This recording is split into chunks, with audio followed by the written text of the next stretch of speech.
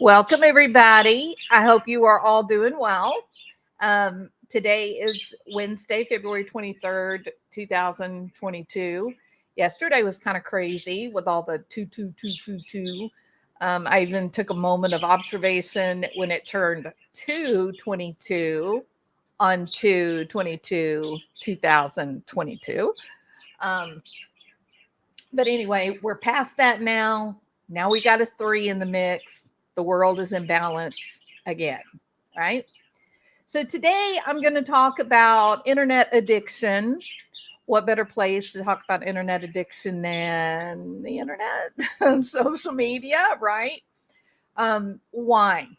Why is this a topic of interest? Why is it something?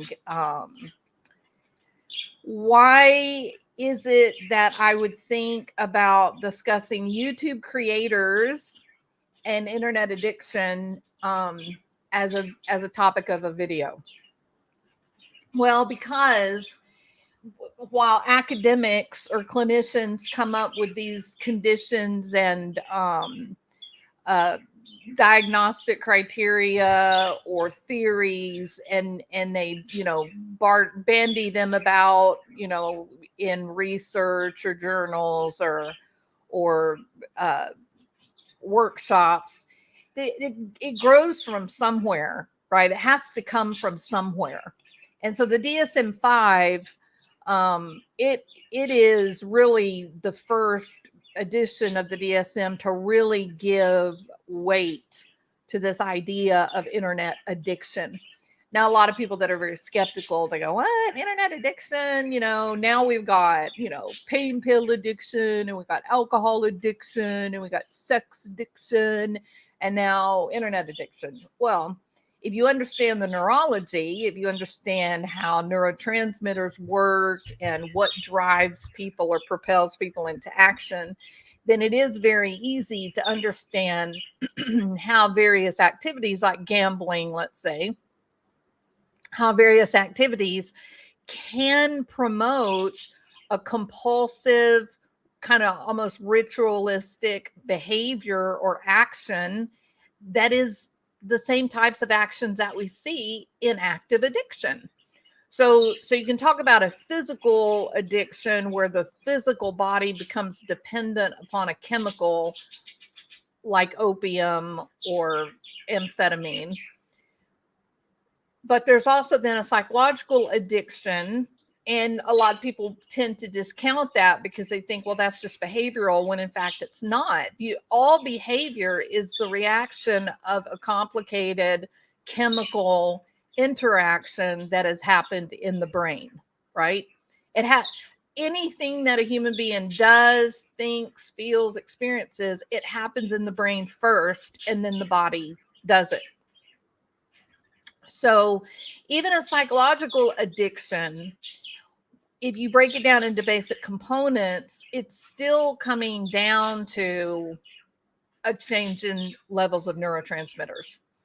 Now, serotonin is one of those neurotransmitters that the majority of people are really aware of, comfortable talking about. They know what it is, or at least what it does in the brain. Basically, what serotonin does, it gives you just a sense of well-being. It doesn't fuel a high level of energy. It won't make you manic. It won't make you all crazy. It just makes you feel like, yeah, this is cool. I'm pretty chill. I'm relaxed. I don't really need anything right now. The world is in balance. Dopamine, on the other hand, is a common neurotransmitter, and it actually does propel you toward a manic state. Dopamine does give you an overwhelming sense of pleasure and high energy in cooperation with norepinephrine. Um, so dopamine is actually known as the addiction neurotransmitter, whereas serotonin, which is what most of the SSRIs and the SNRIs are targeting, serotonin just makes you feel like, hey, I don't have anything to worry about. All is well. The world is in balance. You see the difference between the two? That's why people that smoke a lot of weed, they don't care. They don't get upset. Nothing makes them angry. They don't have a lot of motivation to, go to college or or go to work. They're fine as long as they got some Doritos and their sofa's fairly comfy. They're pretty happy if they're high, right? As opposed to dopamine, where, if you take a hit of cocaine, let's say, then the dopamine is going to flood your brain and you're going to be laughing. You're going to have a lot of sensory stimulation that's very pleasurable. And you're going to be like, yeah, man, I can work all night. This is going to be awesome. And or sex, you go crazy with sex.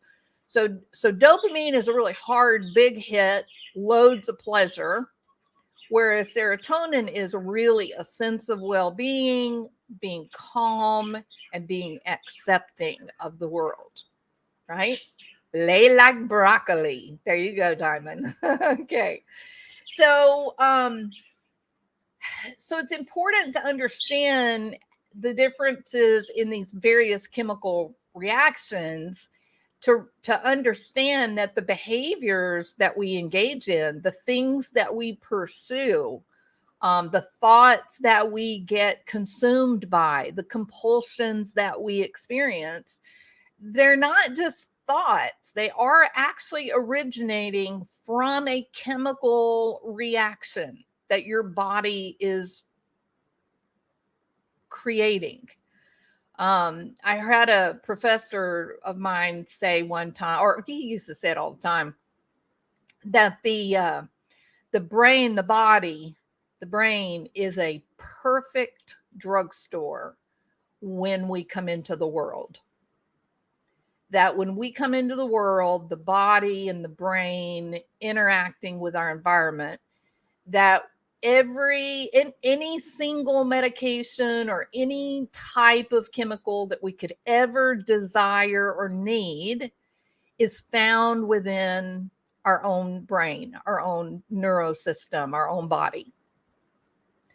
And it's only after we engage in unhealthy behaviors where we cause our physiological body to get out of whack, to get out of sync, that we begin requiring medication or substances from outside of our body.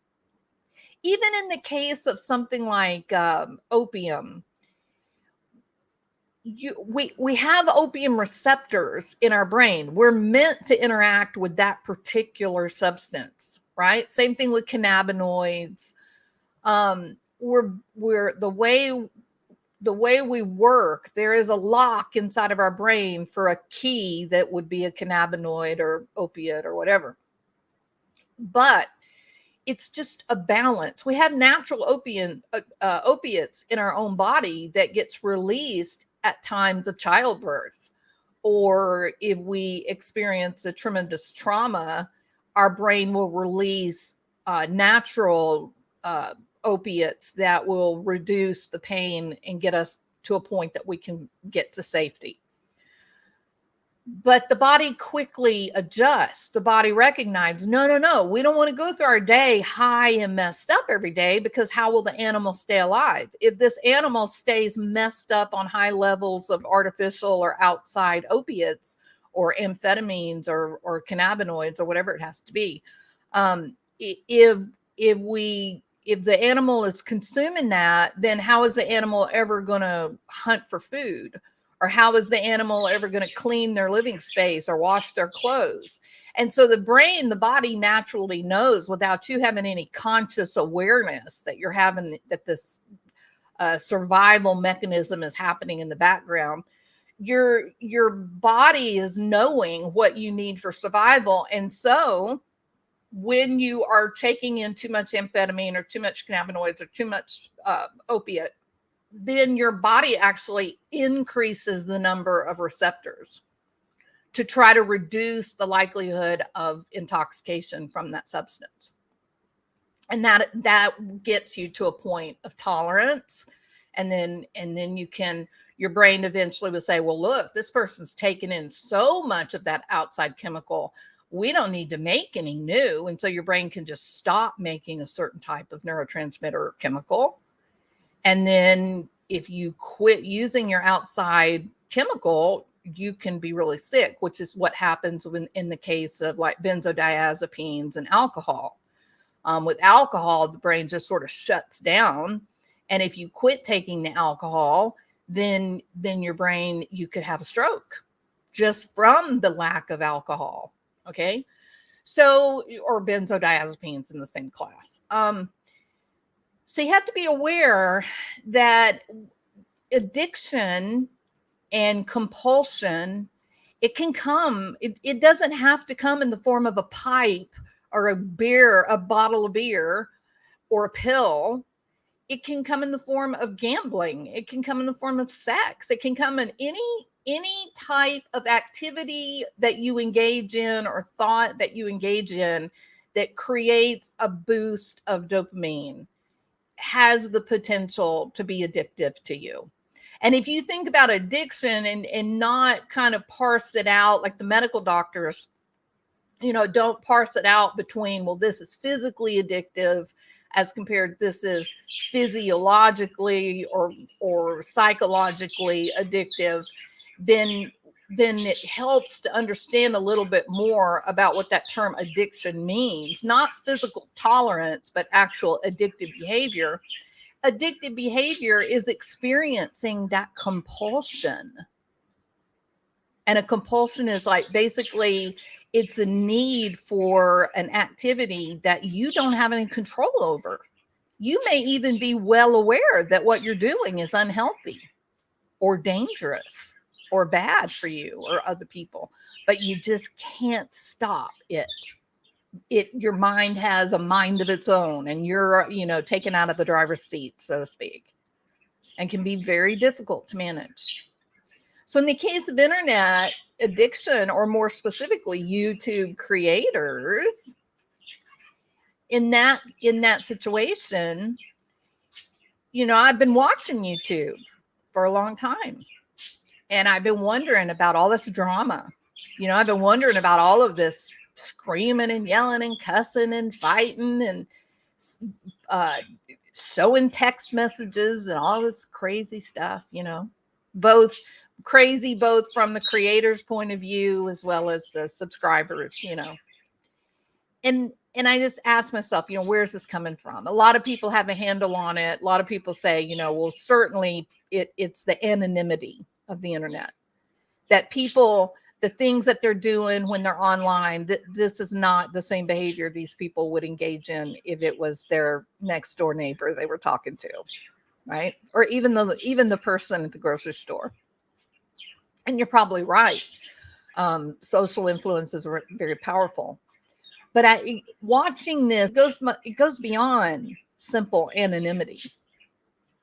I mean, if you're just surfing the internet, are you going to various bulletin boards that are things you're not interested in and leaving hateful comments, calling people names, things like that? No, of course not. So what is it about YouTube? What is it about YouTube that seems to be fueling a lot of this? I mean, even on Facebook, I've seen some kind of Facebook battles fire up, but they're nothing like what's happening on YouTube. So what is that about? What's happening that's creating this situation? Well, I'm going to tell you what I think it is. I think it's dopamine. That's what I think it is. Now, what do I mean by dopamine? And you got to remember, I'm talking about from a creator's perspective, creator's point of view. I think it is about how many of you think about this way first. How many times in a night when you're on YouTube and you're going to all your different creators and the channels that you enjoy, how often do you see people talking about views and subscribers, talking about their numbers? It's a lot, isn't it? It's a lot. Now, not so much the bigger channels. You don't hear much of that kind of talk in the big channels. It's usually in the moderate sized, smaller channels. views and subscribers, views and subscribers. For a while in my mind, I kind of made fun of that, right? I kind of thought that's so weird that they're all so focused on, well, how many views did I get? How many subscribers? And then I found out people buy them. And I was like, what? People are buying views? That's crazy. Why? Why would they do? Why would somebody buy views or buy subscribers when that just means they're fake? I mean, shouldn't your views and your subscribers, shouldn't that be a reflection of how your channel is doing? If I've got a channel, let me put it this way. If I have a channel and I've got 1,000 subscribers, why would I go and buy 200, 300, 400 more subscribers? Maybe it looks better. Maybe it looks like a bigger channel, but don't I know that it's really only 1,000 subscribers? Same thing with views. If I put out a video and I get 1,000 views, then I know there were 1,000 people that were interested in this topic. Maybe I should do another one like this. But if I put a video out and it only gets maybe 100 views, then I'm like, okay, well, that didn't work. I don't need to do that kind of video again. So I can get where the analytics are a really great idea, right? I like the analytics. Of course, I like numbers. But I like the analytics a lot. I think they're really informative. But then I learn people can buy views. People can buy subscribers. And now I'm left with another problem to think about. Why? What's the point? If you're the creator and you can go and you can purchase 500 subs, or let's just say that you're conservative. Let's say you're going to buy 10 subs a day, which would amount to what? About 300 a month, right? You buy 10 subs a day. At what point are you going to lose track of reality? Will it be after 1 month? Will it be after 3 months? 3 months would be nearly 10,000 fake subscribers, right? Not 10,000, 1,000. No. Yeah, 10,000 fake subscribers. What about after a year?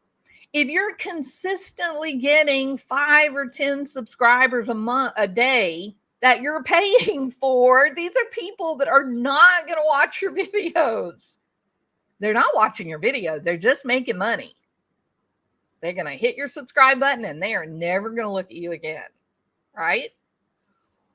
Why would people do that? And at what point do you lose track of what you've done? So I've been giving all this a lot of thought, and then that brings in, you know how I was watching a video the other night. I believe the channel has like 9,000 subscribers, 9,700, something like that. There were like 1,200 people watching the live. This is a channel with less than 10,000 subs. And yet this is one of the really big audiences, right? For true crime, I'm talking about. Thought, well, now that is very interesting, because how many of these true crime channels have 40, 50,000 subscribers and they've got like 150 people watching their lives? What does that mean? Well, is that evidence that perhaps they're buying subs? I don't know. Maybe so. Maybe. And if they're buying subs, then isn't it likely they're buying views? But I'm going to take it back to the basic. How's that going to help that creator?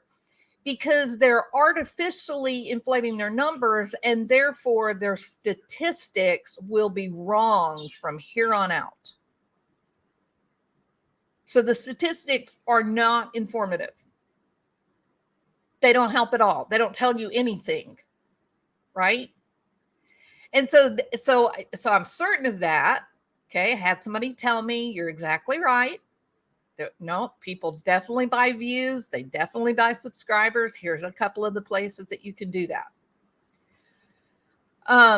So I gave that some thought for a while, and I kept thinking, but why? Why in the world are they doing that? What's that about? Incidentally, these channels that seem to be really, really big in numbers of subscribers, but they get very, very few live viewers, those also tend to be the channels that do talk a lot about, oh, you're poaching my subs. You're a sub poacher. Well, come on. My mind, because I'm a weird kind of person, I'm thinking poaching, sub poaching. What is that? That's something new as well. New chapter in the book, sub poaching. Well, isn't poaching when you kill an animal? Am I right about that? Poaching, let me pull up a good definition. And Critters is here. Welcome, Critters. Define poaching. All right. Well, first of all, this is poaching like cooking. That's not exactly what I'm talking about. This means to cook an egg without its shell. Okay. And then illegally hunt or catch on land is not, wait a minute, that sentence is not right. Illegally hunt or catch on land that is not, what is that supposed to say? Is not in contravention of official protection. Take or acquire in an unfair or clandestine way. Take a shot that a partner would have expected to take. Trample an animal with its hooves. No, I guess I'm wrong. I guess poaching doesn't have anything to do with killing. Push roughly together.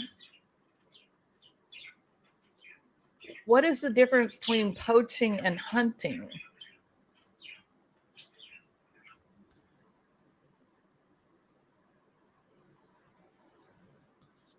Yeah, see, they're killing them. Poaching is hunting without legal permission from whoever owns that land. Trophy hunting requires a license, and therefore, if you kill without a license, you're poaching. Okay, so it is killing. Okay. All right. So when you hear this poaching thing, you know, I'm thinking you're poaching subs. I'm like, what? You're killing subs? No, I'm not killing, legally or otherwise. I don't even know what you guys are talking about. So clearly I can tell I'm in a strange and foreign land when I am on YouTube. There is a vocabulary in use that defies my understanding of the natural world. Okay. But again, I'm saying why? Why this word poaching subs? You're hunting or stealing subs, right? And I'm thinking, how can I steal subs? These are human beings that I have no contact with that make a decision about what channel they want to go to and what channel they don't want to go to. So even that doesn't make sense, right? So as I'm going through all of this vocabulary and this unusual way of organizing the world, I'm asking myself, why? Why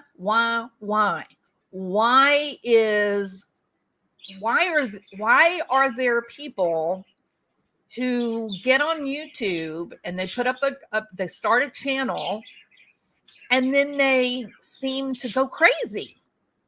Like they literally go crazy. And what's the evidence of them going crazy? Well, the evidence is the bizarre and strange behaviors that they're engaging in. What causes that? What makes somebody part money?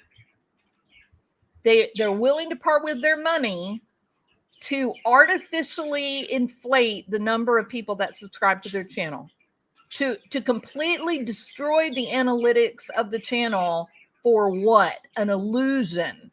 to create an illusion that's not even real. Why would someone do that?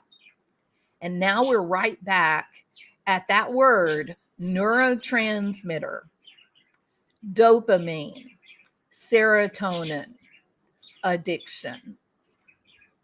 Okay. Now that, like I said, the DSM-5 was the first time that internet addiction was really given, let me say, respectable attention. It's been researched for quite a long time, really. The internet was around quite a long time, being used by universities and military for exchange of large numbers, like related to raw data, research. And then with the advent of the personal computer, then they made it possible for everybody to have a computer in their house. And then with that, once everybody had the tools, then people began making websites and processes for which to use the websites, make money and whatnot, right? E-commerce. Even back when the majority of the internet was Facebook and e-commerce, there was a growing number of professionals who were saying, hey, this thing has the chance to go off the rails. This thing could go into an area that we may not be ready to deal with. And so even as far back as even 72, there was some publications that were done. That was like in, what was it called? File transfer protocol. That was a long time ago. The 90s really was kind of the advent, people considering all of the potentials, what could be done. And then finally in the late 2000s, it was in full swing, using the internet for things that could become addictive in nature. Addiction being dependent upon dopamine. So anything that gives you a dopamine rush can create a sense of addiction, a compulsion, if you will. Okay. Well, I never would have believed it. I can tell you this. I never would have believed it, even 5 years ago, I think, I never would have believed that it would be possible to be on a public platform where you're simply conveying knowledge that you have and that you could develop an addiction to that. I never would have believed it. And yet we began to see more and more students at a college counseling center. We began to see more and more students that were struggling with internet addiction. We were already seeing a lot of alcohol problems, but then you start getting this one case that stands out in my mind so clearly. It was like 7-8 years ago. A roommate came in and said, I'm worried about my roommate. And I was like, what happened? And the roommate had not left his room, not to eat, not to take a bath, not to do anything in like 3 weeks. He wasn't going to class. He was doing nothing. He was on the computer the whole time.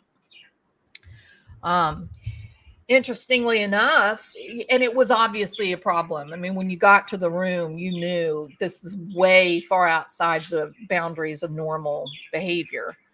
But what was so interesting about it was that when it came time to contact the parents and say, hey, your kid needs you, you need to get some help.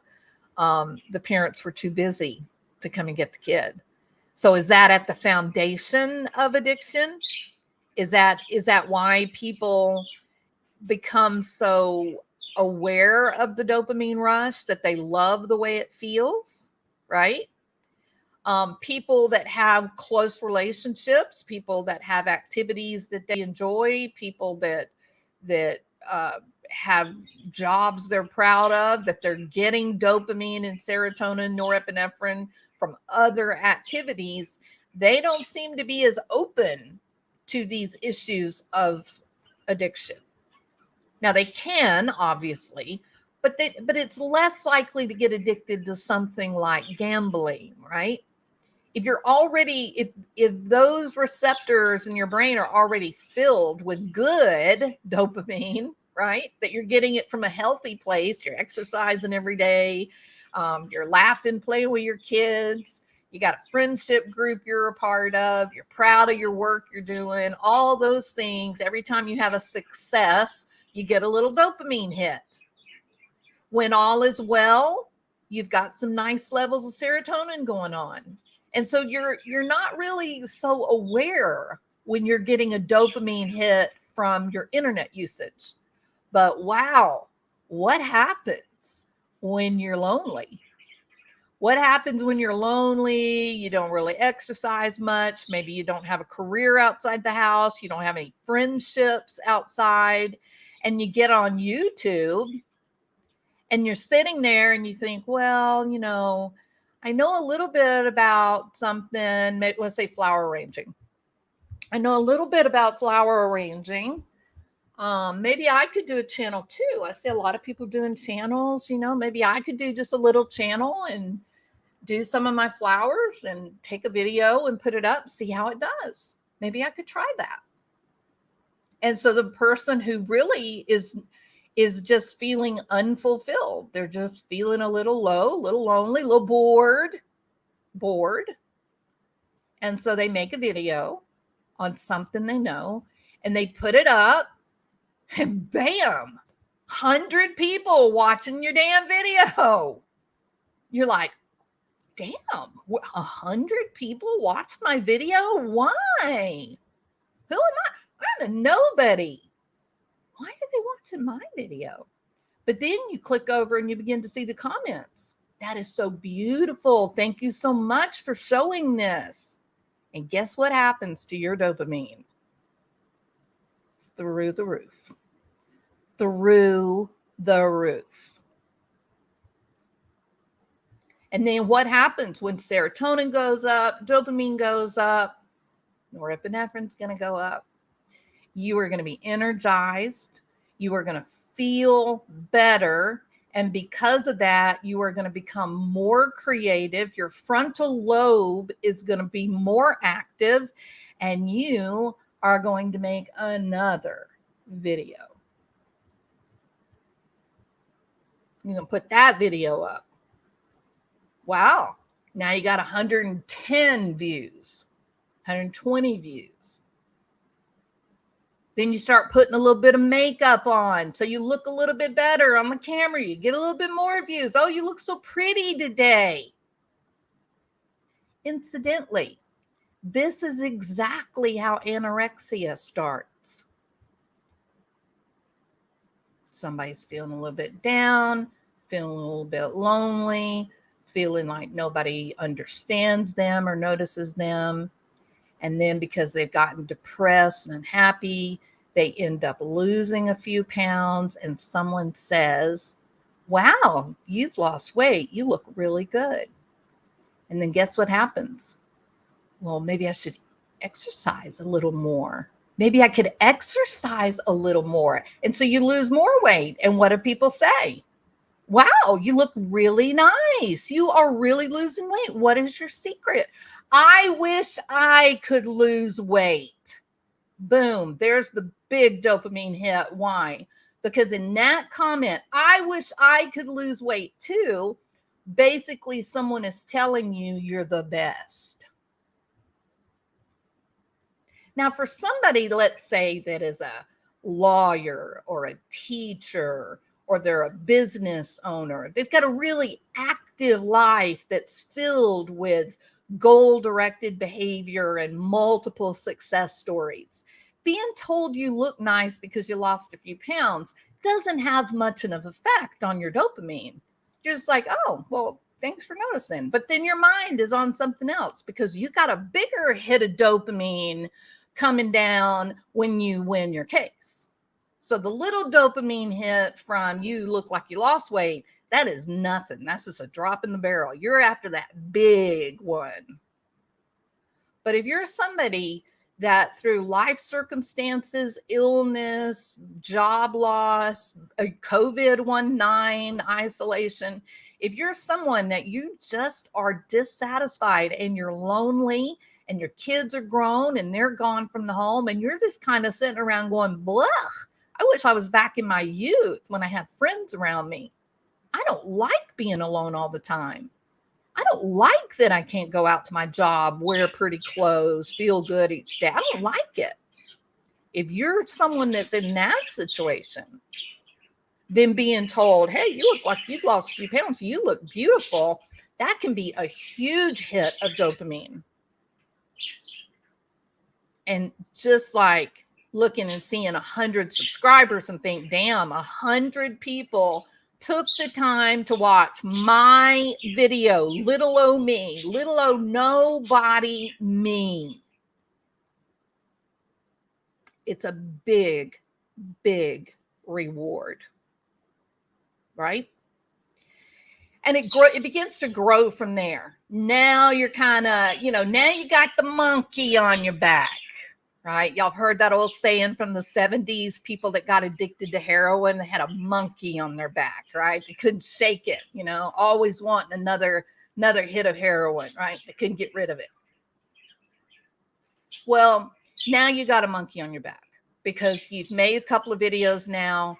You got people that have subscribed. That feels really good. It feels good to get the viewers, but it feels better when you notice your subscriber numbers going up, because that is approval.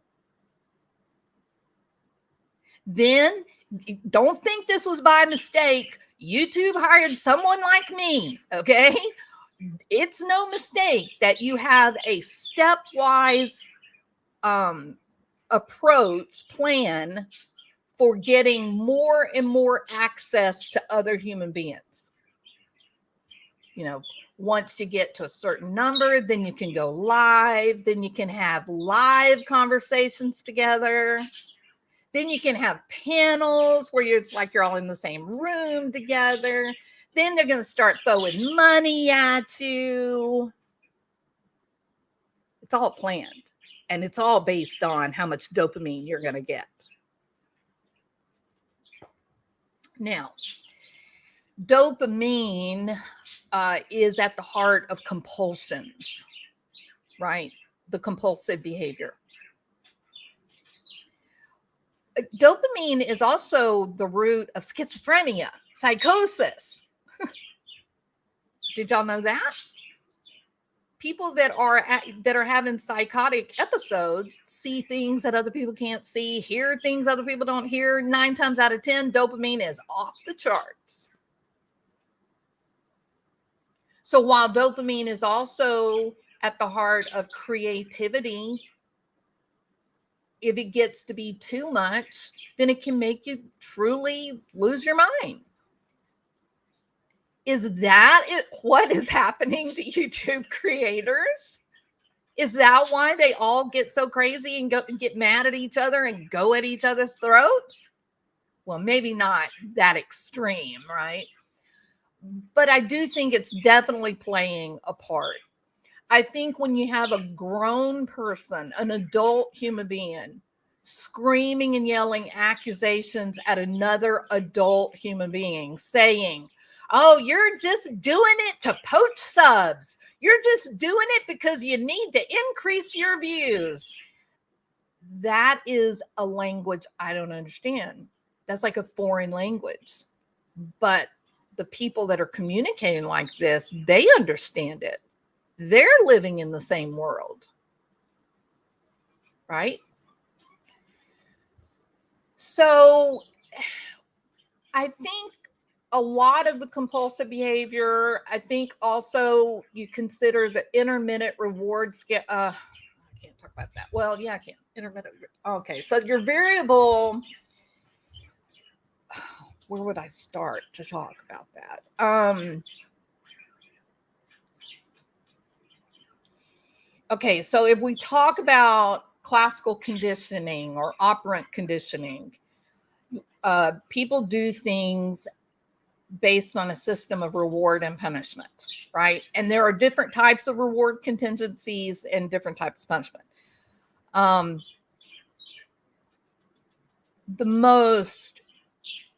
I've got to try to do this in a super condensed fashion because you can teach a whole semester.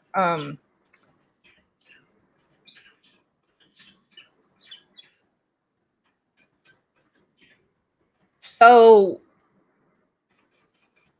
for punishment is simply removing a stimulus to bring about, a desired behavior. To punish means that you're reducing a behavior. Rewarding means that you're going to increase the likelihood of a behavior reoccurring. Punishment, I mean, people talk about different contingencies or whatever, but the basic difference, punishment fairly simplistic compared to reward, but punishment is you're introducing something into the person's environment to stop some kind of behavior. Okay. With rewards, you can either add something to a person's behavior environment or take something away from a person's environment, and that can increase the likelihood or decrease the likelihood of that behavior occurring sometime in the future. And once you get past this lesson on reward and punishment, adding and subtracting not being values, but a mathematical operation, kind of thing. Once you get past all that, then you get into schedules of rewards, right? And variable schedules, meaning that the reward is going to come, but it is going to be really unpredictable. There's other kinds of reward schedules too, like every fifth round the animal's going to get a reward, or every time the animal does a behavior 10 times they get a reward, or every 5 minutes you get a reward, right? That's planned, and eventually you wonder if you believe that the organism should learn the schedule because it's coming at the same exact time, like your paycheck. But with a variable reward schedule, it's unexpected. We don't know when it's going to come. Like, let's look at the idea of a Coke machine, right? You're at work, you say, oh, I'm thirsty, I need a Diet Coke. And so you get it used to be $1, now it's $5, right? You get your money and you go to the Coke machine, you put your money in, you press, Diet Coke, and you stand there and wait, and you're certain you're going to get it. Like, you're all relaxed and you're just kind of, maybe you're daydreaming, and then you're like, hey, where's my Diet Coke? Oh, maybe I forgot to push the button. So you press the button again.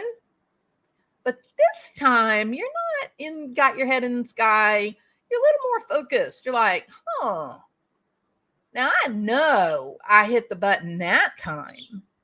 And then what do? You may think for a moment. You may press the button one more time with intention. But eventually, what are you going to do? Most of us will reach up and hit the button 5 or 6 times in a row. Bum, bum, bum, bum, bum, bum. Give me my Diet Coke, damn it. Right? I've even seen people that will talk to a vending machine out of frustration. And then what happens right after you hit that learning curve where you got the frenetic, hitting the button over and over and over again, even though your brain has already learned your Diet Coke ain't coming. Then eventually you turn around, you walk away dejected, right? You're like, damn, lost my money, didn't get my Diet Coke, still thirsty, right? Okay. So that is a very powerful moment of learning. And then if you're sitting in your office, because $1, 1 Diet Coke, that is, if you want something, you know how to get it, but you don't feel much of a compulsion to go back. It's just the way it is. But then you notice someone walking down the hallway with a Diet Coke that they're opening, and you're like, hey, where the hell did you get the Diet Coke? And they're like, from the vending machine. Oh, it must be working. So you grab more money and you run down there. You put your money in and you press the button and you're like, is it going to work? And there's no Diet Coke. And you're like, damn, what is going on with my Diet Coke? And then you press it again. And the second time it gives you a Diet Coke. And you're like, oh, wait, yoo-hoo-hoo, got my Diet Coke. The next day you go back to get your Coke. You press it twice right off from the bat. No Diet Coke. You press it again. No Diet Coke. You press it again. No Diet Coke. And then you think, wait a minute, maybe I need to put additional money in it and then press it twice because that's what I did yesterday. So you run and you go get more money, put it in, hit it twice. No Diet Coke. Like, damn it. And as you walk away, you reach up, you hit the button one more time, completely in frustration, and out pops your Diet Coke. Well, guess what? You have just become addicted to your Coke machine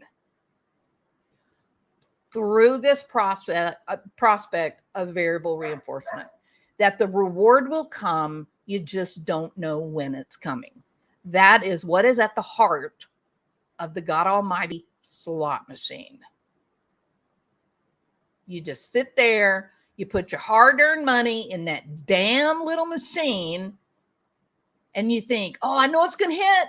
No, it's going to hit. You're getting more disappointed, and you're thinking about all that money that you've just put in and didn't get back. And then all of a sudden, ding, ding, ding, ding, ding, ding, ding. It spits out some money, and you're like, yes, ah. The problem is it's not giving you back what you put in. It's only giving you a fraction. But now you feel great. That was a good feeling to see the lights and hear the sound. And there you sit, putting more in. You're not even trying to figure out a combination because you know there's no combination. It's just when it happens to hit. I've seen people sit on a cruise ship, sit at a machine for 3 days, feeding money because it has to hit it sometime. It has to hit it sometime. I'm not going to walk away and let someone else take my money. Now, is that the craziest kind of crap you've ever heard in your life? And yet we know with variable reward scheduling, it is very powerful. It is a real hook to create a compulsive behavior. It's far more powerful to create a behavior than a schedule where you know exactly when the payoff is coming. That is just not very powerful. You learn it quickly, but the compulsion never arrives, right? So I think that's what's happening with YouTube to creators. I think it's a variable reward system. I think that in the beginning, because the people that start their channels, maybe they do it in a spur of the moment without thought. Maybe they do it because they're lonely. They want to communicate with more people. Maybe they do it because they have a hobby they really love, but it doesn't pay the bills. And so they make the channel. And they get the bump of dopamine and serotonin when people begin to watch them. And then they begin to make friends and then more subscribers and all of that. Every time it hits, it feels good to the creator. It feels good. And in the beginning, you're getting a lot of subscribers. You're getting a lot of new views and new subscribers. But naturally, it's going to begin to wear down. Naturally, you're going to get into an area, a number of subscribers, and that it's not going to be growing as fast. And then that doesn't feel good. You look and you notice, hey, I've had 3,100 subscribers for the past 2 weeks. Why? Are people leaving me? Maybe people don't like my stuff. Maybe people don't want to watch my content. What's wrong with me? Maybe I'm being boring. Let me watch some of these other channels. Let me see what these other channels are doing, and let me see what I can do to mimic what they're doing to have more successful channel. And then you begin to notice somebody that's screaming and yelling and fighting. Hell, they got tons of views in there. People like all that. People like it when you have one community fighting against another community. Let me try that. And so maybe your true crime videos are only getting 1,000, 2,000, views.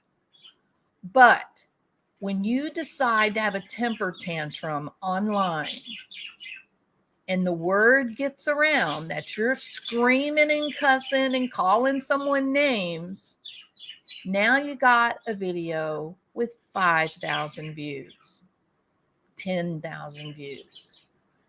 Good for you. Give them the what for. Don't take no shit off of them. Tell them what you think about. And there's people in your comments and they're talking to you and they're egging you on and they're saying, oh, I'm glad someone finally told her off.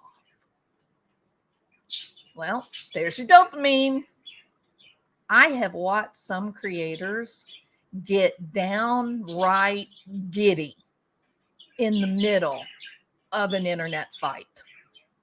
I'm talking about manic type of happy, because they were calling people ugly names and being mean, and oh, it's so funny to be mean. I've seen it. And I was like, oh, I've never seen you laugh before. And now you're being mean to somebody and ostracizing somebody and hurting them. And now you're actually giggling. Like I'm hearing you giggle. That's very worrisome. I mean, some of these people, it's like a sadistic joy when they get into these big internet arguments, the YouTube fighting and carrying on. Like they're loving it. It's fun. They're having a great time. And I'm thinking, Jesus Christ, like, is this like a sociopath? Like, is this person really and truly sadistic? Like, true sadism and masochism? Is this person getting a little cheap sex thrill, if you know what I mean? What the hell is this that I'm looking at? This is weird.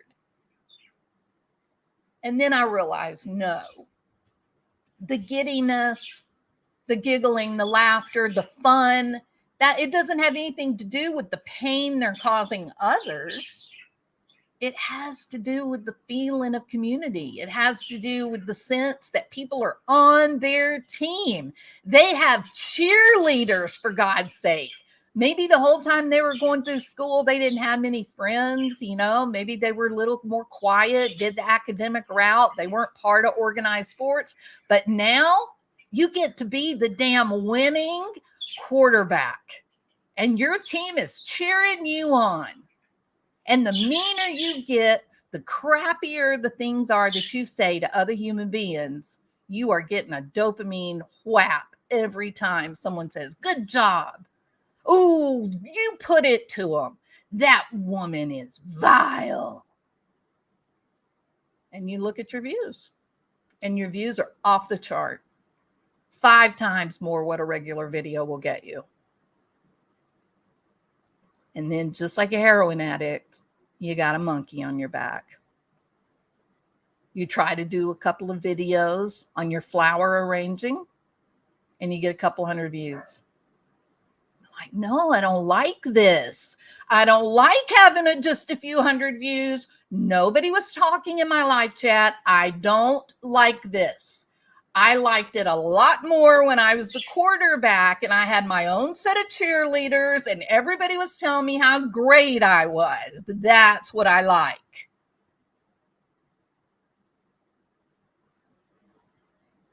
And there you go. Internet wars. Here's the problem with the whole thing. The problem with the whole thing is the people that you're attacking, ostracizing, making fun of, calling them names, those are real people. And those people are in need of dopamine just like you are. They may be a little bit unhappy too. They may have way too much stress in their real life too.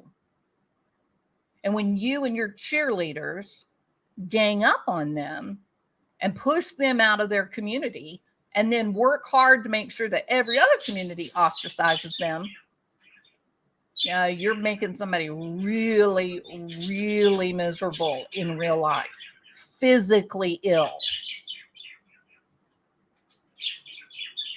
If I was running YouTube if it was my job to decide what the rules were for YouTube, I would absolutely, hands down, make a rule right off the bat. You may not attack another creator. I would make that a rule. No attacking another creator.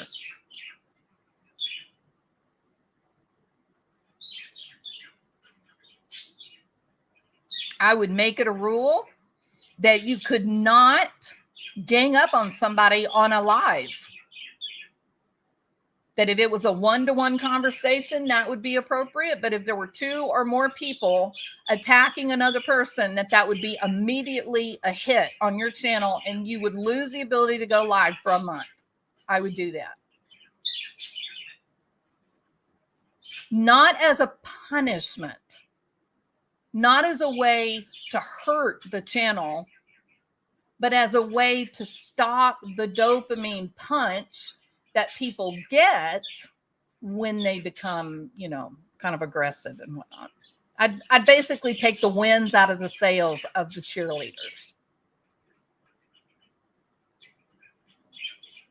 I don't think you could ever like stop buying subs and buying views. But again, my question is, why do it? You're living a lie. And if you're willing to live a lie on YouTube, then you're certainly creating horrible lies in your real life, right? All right. Okay, I'm done. That was right at an hour, 57 minutes. How about that? 57 minutes. That's crazy. Okay. So I'm going to read a couple of comments if any of you have anything to say about what I talked about today. BBT, nobody has issues with BBT, do they? Nobody else had any issues with it? BBT, what's wrong, girl?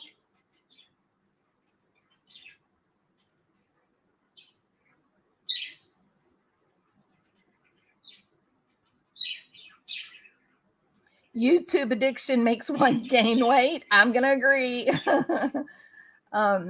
Hearing children being ignored because mom and dad are more focused on their live stream. No, I agree. It's terrible to watch when it happens. Yep, I've seen it. Trust your intuition. Some of these people are mean, bragging how they would thrive on being cruel when they were younger. Yep, I agree. Internet WWF. Thank you, Kat. I don't listen when it gets to that point. It's too much desperation. Jackie, that's such a good description. A lot of that in the urgency and the anger and the name calling, it looks desperate, doesn't it? And when you consider this idea of a dopamine rush, falling views, losing subscribers, then it kind of does turn out that it's desperation, right? It's a desperate attempt to keep their channel going. But any channel that's been built on drama, it doesn't survive. Have y'all noticed that? Channels that are built on drama, they can't survive. You can't keep it up. Eventually, everybody begins to be aware, wow, you're attacking every single person on YouTube. This has gotten weird. People have to just learn to really focus on the product and ignore this whole views and the number of subs. You just have to ignore it. You just have to take it out of your equation.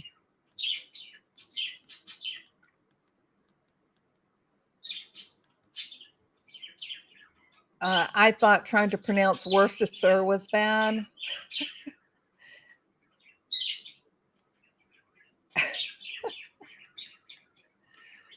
Yeah, it was good, BBT.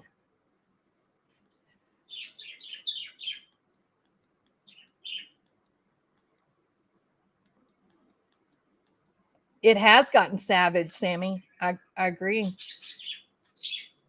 Thank you, Snow Lion. She continues to forget she's the only one who viciously hates me, not one other person she could show. So anything done to me, like the threatening comments and take my videos down.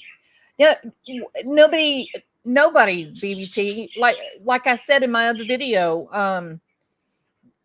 you have been a part of my community or our community for a couple of years, and it's nothing but fun and enjoyable, interesting. You're an intelligent, happy, nice, kind, fun person. It blows my mind when I hear that group talking about you, and I think, what are they? Are they not paying attention? Because she is a hilarious woman. So consider the source, because how many friends have you made in how many different channels? There's your yardstick. How many different channels people love you? That's what you need to remember. Don't let them tear you down. What their opinion is has no relationship with your reality. You know who you are, and that's all that matters.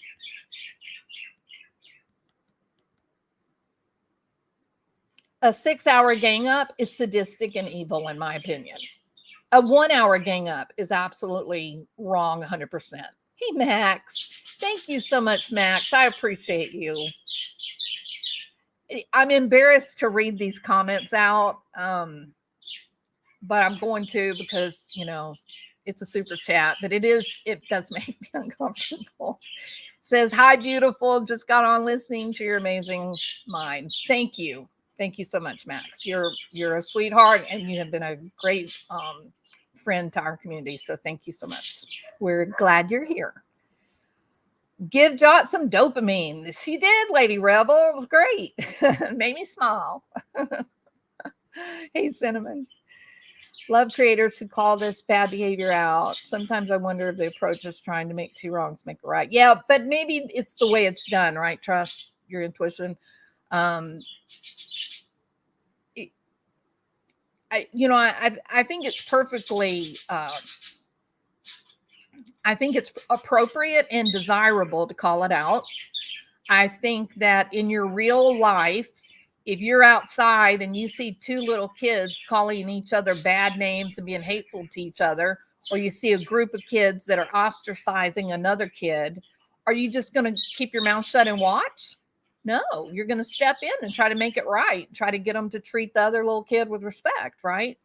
So I think it's appropriate and desirable to shine a light on it and say, wait a minute, what is happening here?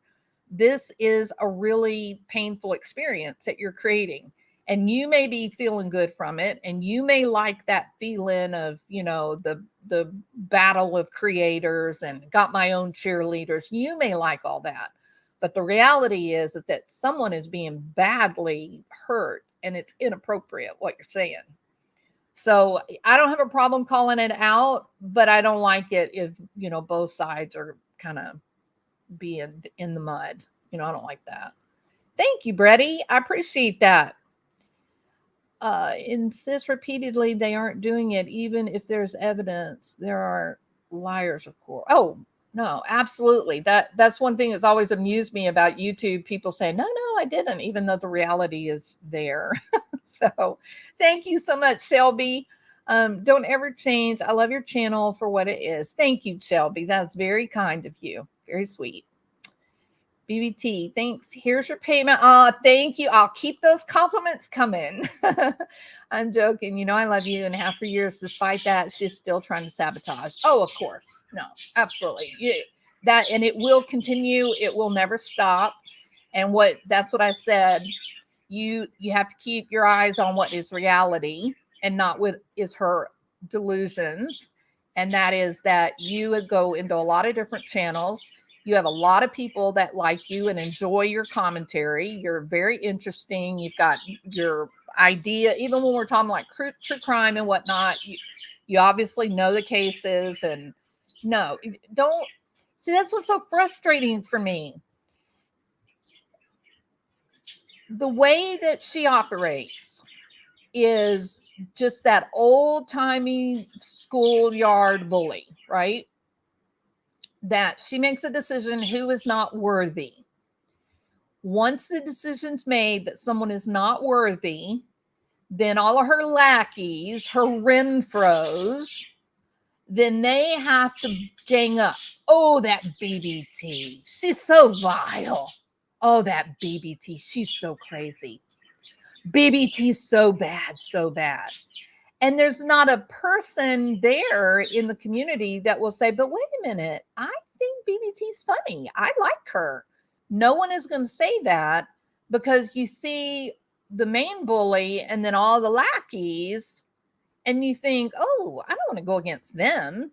I don't want to go against them. If they're saying that she's crazy and vile, I'm just going to let them say it, and I'm just going to stay out of the way. But when I see BBT, I'll be nice to her, right? But here's the deal.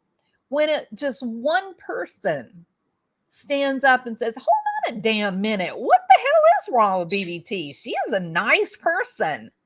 I've known her 2 years. She's come in my channel many times, not once, not ever has she been inappropriate. She has never tried to dominate my time. She has never acted in a way that was even mildly uncomfortable. She's always welcome here.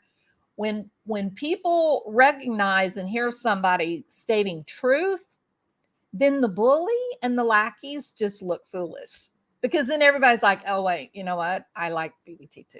Yeah. No. I think you're right. She's a really nice lady.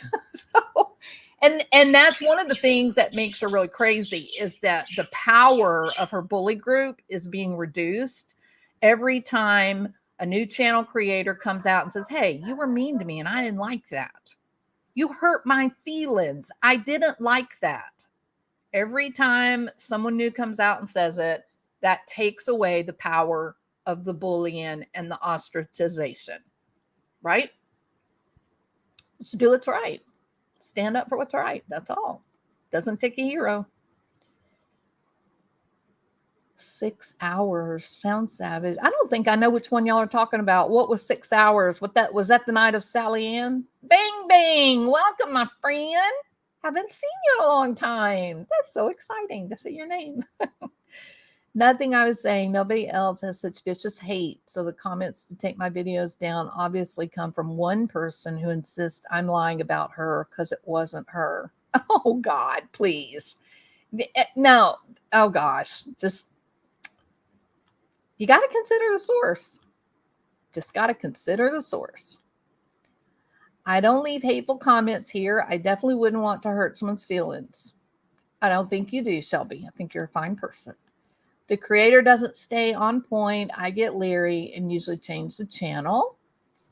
Upping the ante with drama will kill one mentally. Oh, absolutely. My God.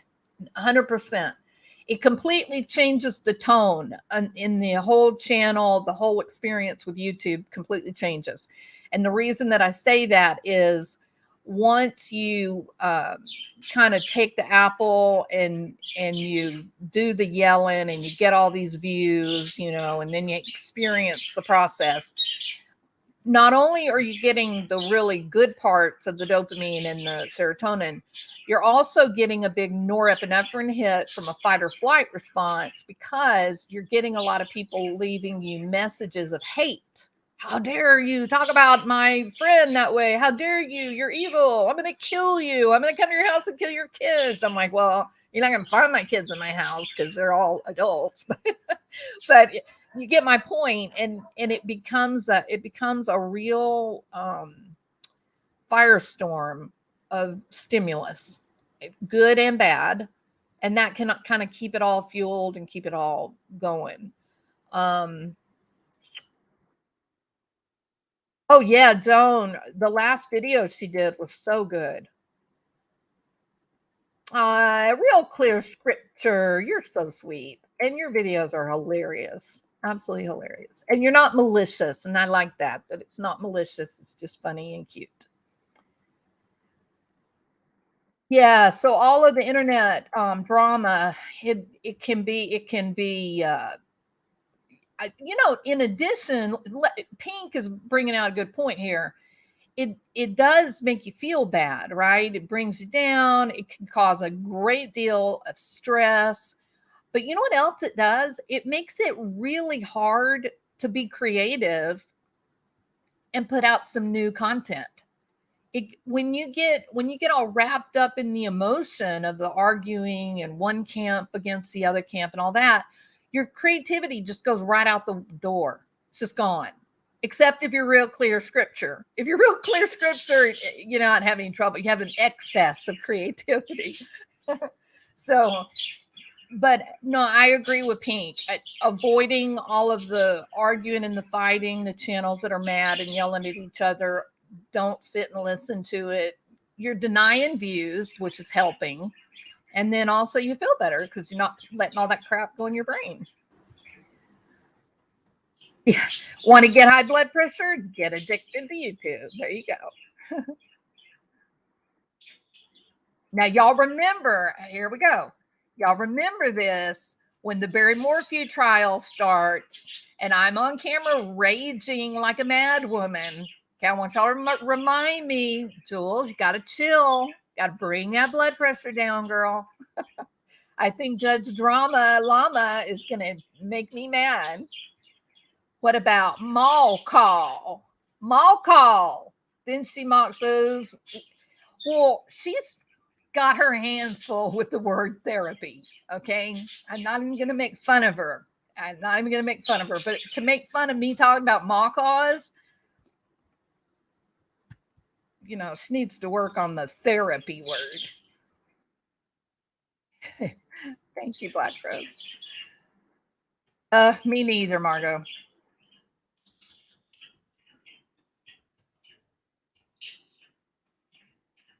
Thank you, Joan.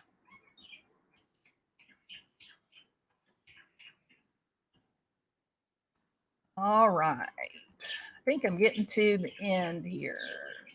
I think what bothers me most is the hypocrisy and are more aware of the splinter in someone else's, or more aware of the splinter in someone else's eye when they have a tree growing out of theirs. Well, yes, but see, that's where I'm different from you, is that I don't feel like it's my,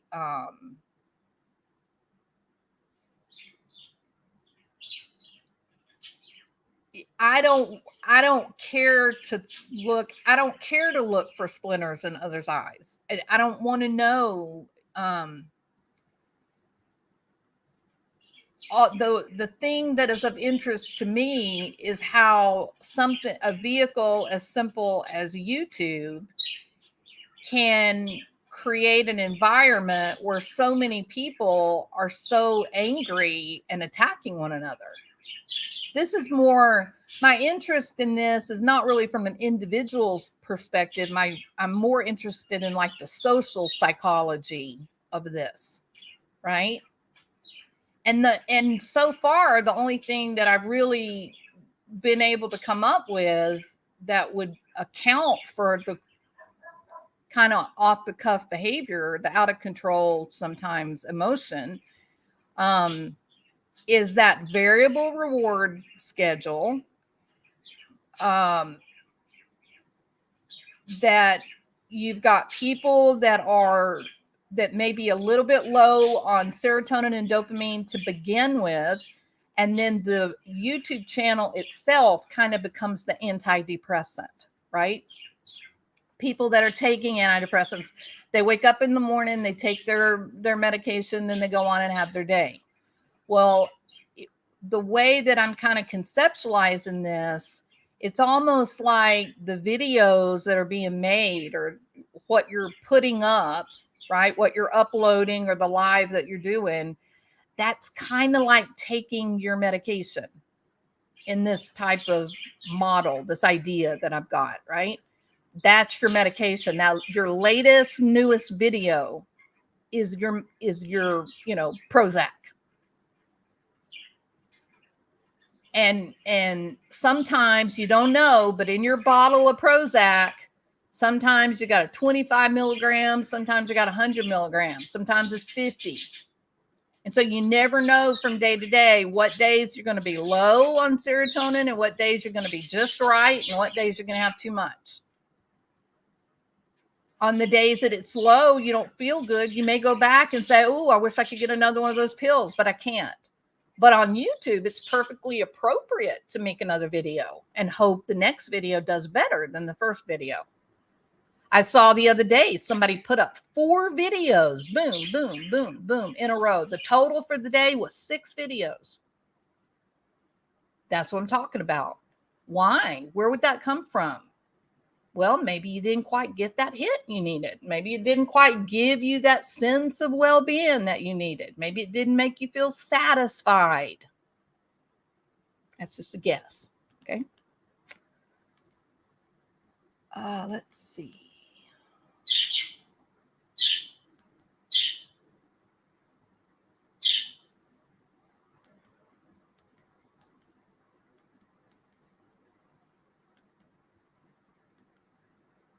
YouTube dopamine should be banned.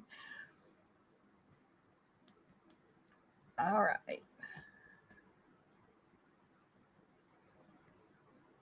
Oh, I was way behind in comments. I don't need YouTube dopamine. I buy tianeptine by the kilo. Tianeptine. I don't think I know what tianeptine is. Jewel outside. I don't want to embarrass you, so I'm not going to use it for him to tell you how sexy I think you are. Be careful, scripture. Thank good old golden rule. The golden rule is a moral principle which denotes that you should treat others the way you want to be treated yourself. If you want to have friends, you have to present yourself as friendly, right? My beautiful, special, like-minded sister of the heart. And remember, at one time, blank thought that also. Well, yeah, see, and there again, there's the monkey on your back, right? That if this really is a type of addictive process, then it will grow and get out of control. And maybe she's drank the Kool-Aid. Maybe she's resorting to drama. I hope not.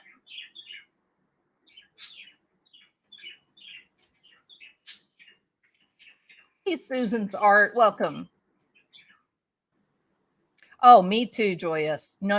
What I watched that night with Sally Ann, I was nauseated. It's very sad.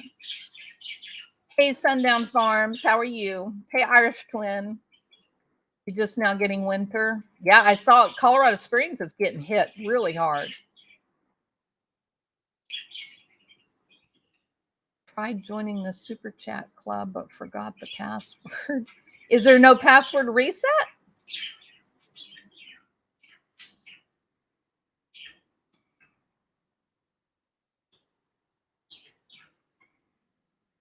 Oh, I agree, Snow Lion. Yep.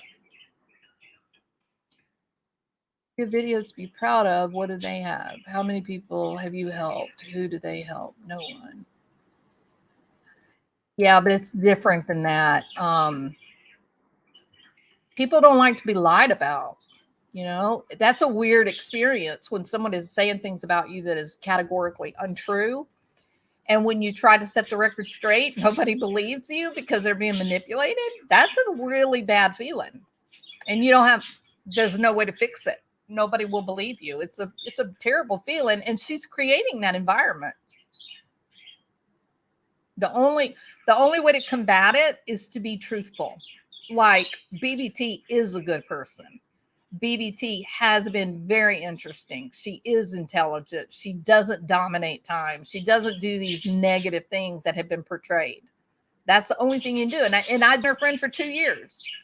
So that's the only way to combat it is to just put the truth out there. Hi, Ivy. Welcome.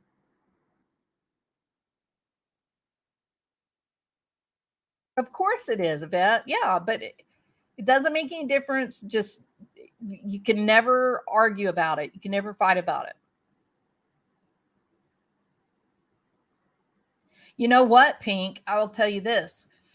When everything got so weird and crazy a couple of years ago, and I made the decision, that I was this was crazy. I was grieving my dad. I was done with the whole kit and caboodle. I took about a month away from YouTube. I had a couple of times where I came on, talked a little bit, but for the most part, about a month. But when I came back, I did turn off all my revenue stuff. So I wasn't making any, there were no super chats. There was nothing coming in. No AdSense, nothing. So I did do that for quite a while. And it was far less stressful. And the people that were saying stupid crap, they just looked foolish, right? It's weird to me that they choose that as one of their weapons, because YouTube is the one that came up with the idea. So why do people make a big deal about it? So that's something I don't understand. I haven't quite worked out yet. Now, Lion, pulling off little, hey, give this and I'll donate it to another, like a child's charity. That, I get how that's wrong, but I don't know why anybody would care about AdSense or anything like that. BBT is my homegirl. We've hung out. She's the best. There you go. See, Pink knows BBT in real life. And she hasn't been coming to your house at 3 a.m. trying to burn your door down. Nothing crazy like that, right? The stupid stories I've heard are just insanity to listen to. All right. So what you see up on your screen is called the Young's Internet Addiction Test. It's really hard in the beginning to come up with a way to do good research. There's no outcome studies on how do you treat internet addiction. There's nothing like that. If you're dealing with someone who's having these problems in a professional capacity, then you look at the way that other behavioral type addiction strata have been addressed, and you try to pick and choose what seems like it might work. But without good outcome studies, you just don't know. Like CBT or dialectical behavior therapy. Those are therapies that we have good numbers on. We know there's people that did the research. They did a line of therapy. They compared it to other types of known therapies, including pharmaceuticals. And then they said, hey, this works better or less or whatever. But it's hard to do that with a new condition like internet addiction, because you don't have any instruments that have been normed properly, and that is the foundation of your outcome research. So Young's Internet Addiction Test is one of the best attempts so far. There's a couple of them, 3, 4, I believe, that come to mind, to try to take a behavior and quantify it, give it a number and put it on a scale between 0 and 100 to see how bad your symptoms are compared to the general population, right? And so Young's Internet Addiction Test attempts to do that. You basically just answer on this continuum between never, sometimes, and all the time. This is not really the best Likert scale. You'd really want more discrimination in it, but it is what it is because it's on its new legs. It's a new area, relatively speaking. So the items on the addiction test are, number 1, do you stay online longer than intended? Like if you say, I'm going to turn the computer off at midnight so I can go to sleep because I got to get up at 6 a.m., go to work. And at 4 a.m., you're still on the computer. Okay, then you may be an internet addict. You neglect household chores so that you can stay online. Do you form new relationships with fellow online users? Like your best friend says you want to go to a movie and you think, I can't go to the movie. I'm so sorry. But really, you just want to get to your house so you can get online with your best buddy. Others complain about how long you stay online. Maybe your kids are like, oh my God, is she online again? Is she live again? You may be an addict. Your grades or your schoolwork suffer because of the amount of time spent online. Or in the case of an adult, they ask about your work. Are you calling in sick to work? Are you leaving early? Are you using up productivity time to be online? checking your email before something else you need to do. Okay, I'll feed my little 3-month-old baby after I check my email. You may be an addict. Your job performance or productivity suffers because of the internet. You become defensive or secretive when someone asks you what you do online. Hey, Mom, I noticed, last night, the night before, you were on all night long. When I woke up to go to school, you were just saying goodbye to your friends. What did y'all talk about all night? I was not online. I don't know what you were talking about. I was doing the taxes. You may be an addict. Blocking out disturbing thoughts about your life with soothing thoughts of the internet, or I would say the exact opposite. And that is letting internet chaos interfere with your day-to-day life. You find yourself anticipating when you will go online again. Fear that life without your internet would be boring, empty, and joyless. And I actually knew somebody one time who refused to go on a cruise because they did not want to be without their internet for a couple of days. Snap, yell, or act annoyed if someone bothers you while you're online. I think we've all seen evidence of that, haven't we? Losing sleep due to the late night logins. Oh, yeah. Like getting online when your whole family is going to bed. And then when your whole family's waking up, you're going to bed. You may be an addict. Feeling preoccupied with the internet when you're offline, or fantasizing about being online, or one step further, going online because you're driving down the road. You're just sitting at a gas station with your live going and you don't have anything of interest to say. You may be an addict. Finding yourself saying, oh, just a few more minutes when you're online. Oh, I don't want to get off at 3:35. Maybe I'll get off at 3:33. Give me 2 more minutes. Oh, give me 7 more minutes. Oh, give me 1 more minute. You may be an addict. Trying to cut down on the amount of time you spend online and then failing. Nope, won't be online tonight. Can't be online tonight. I'm exhausted. Okay, well, I'm just kidding. I'm online. Just for a little while. Just for an hour. 5 hours later. Okay, I'm not kidding now. I really am going to bed. You might be an addict. Hiding how long you have been online. What? Is Mom live again? How long are you going to be live? Oh, be quiet. I just got on. Meanwhile, back at the ranch, Timmy says, oh, I think she's been on 7 hours. You might be an addict. Choosing to spend more time online over going outside into the real world. Feeling depressed, moody, or nervous when offline, which instantly goes away as soon as you're back online. You might be an addict.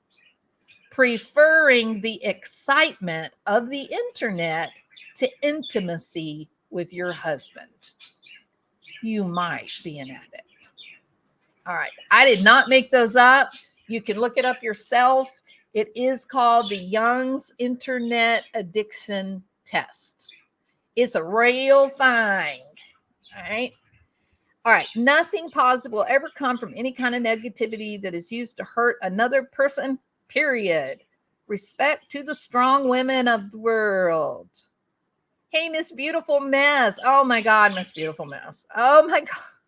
You guys, her channel had me laughing this morning like nobody's business. There is one video that I had to watch like 3 or 4 times. My stomach was hurting. I was laughing so hard. Miss Beautiful Mess, you have got to do more of the filter videos. I have never seen anything so funny, truly. Absolutely. And it's like real clear scripture. It's not malicious. It's not mean, and it's just damn funny. It's hilarious. Love it. Love it. Love it. Badly hurt question. Somebody certainly is going to get murdered between channels.